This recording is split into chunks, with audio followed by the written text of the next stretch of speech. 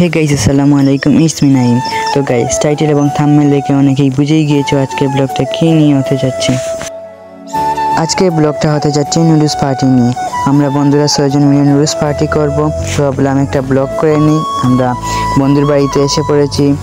ওরা দুজন গেছে নুডলস আনতে, আর ইতিমধ্যে নুডলস আমরা হয়েই গিয়েছে।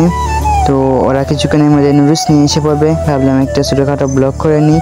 তো আপনারা সবাই সাথে থাকেন, একটু পর আমরা নুডলস নিয়ে আসতেছি। আমরা নুডলস চলে এসেছি, কারণ এখন সবাই খাবে, ওয়েট করছে সবাই নুডলসের জন্য। সবাই থাকা। তো গাইস এই যে সবাই এখানে আসছে, ওই যে শুয়ে পড়তেছে। আমরা নুডলস খাবো একটু পরে। আবার অনেক বেশি হলো, ঠান্ডা কই না দেখতে অনেক বেশি হলো। তো গাইস আমরা এখন সবাই বসবো, একটু পরে আবার দেখা হচ্ছে নুডলসে।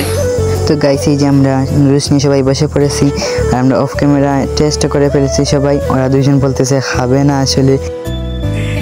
এই যে এত নুডলস ও খাইতে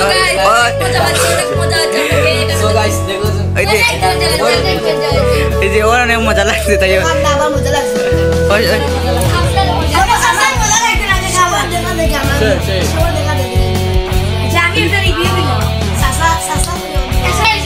আপনাদের কোনো খেলা খাইতে না।